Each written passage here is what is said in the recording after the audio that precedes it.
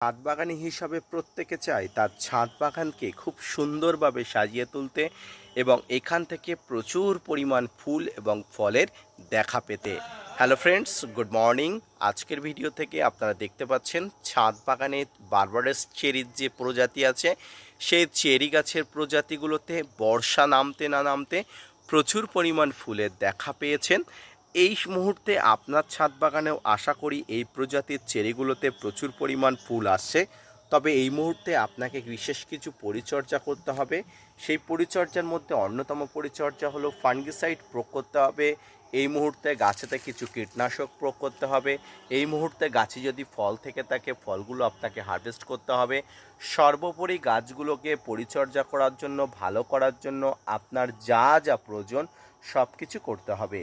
ছাদ বাগানের যে কোনো প্রজাতির চেরি গাছগুলোতে প্রচুর পরিমাণ ফুল এবং ফল আনানোর জন্য প্রাথমিক অবস্থায় তার ম্যাচুরিটি বয়স থাকা দরকার, দ্বিতীয় অবস্থায় তার স্বাস্থ্যবান অবশ্যই হওয়া উচিত এবং তৃতীয় অবস্থায় গাছের ফুল ফল আসার জন্য ভালো প্রজাতির চেরি গাছ আপনাকে অবশ্যই নিতে হবে।